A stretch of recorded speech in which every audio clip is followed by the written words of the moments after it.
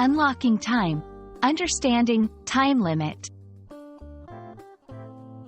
Hello, everyone. Welcome back to our channel where learning English is engaging, easy, and effective. Today, we are diving into a phrase that you've probably heard quite often: time limit.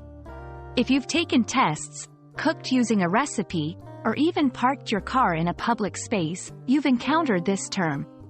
In this video, we'll explore what it means, how to use it in sentences, and some common scenarios where you might come across this phrase.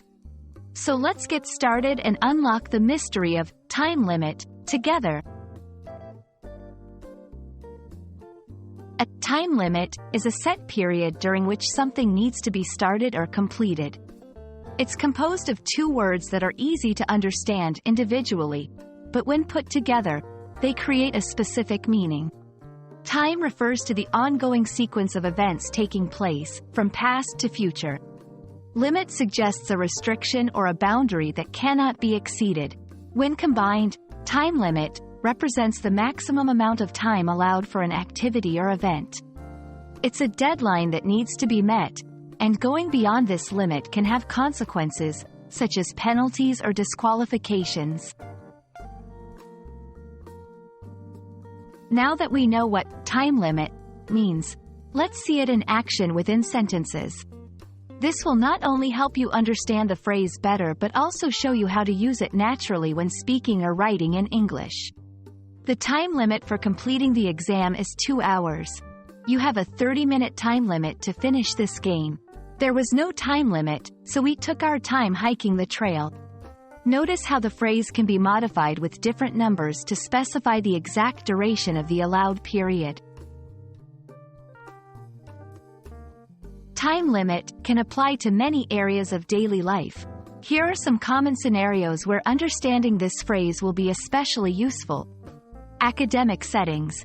Tests and assignments often have time limits. Cooking. Recipes may have time limits for baking or cooking processes. Legal contexts. Some legal actions must be taken within a certain time limit, often referred to as a statute of limitations. Parking. Many parking areas have a time limit, indicating how long your vehicle can remain parked in a spot. By knowing how to talk about time limits, you can more easily navigate these situations in English-speaking environments.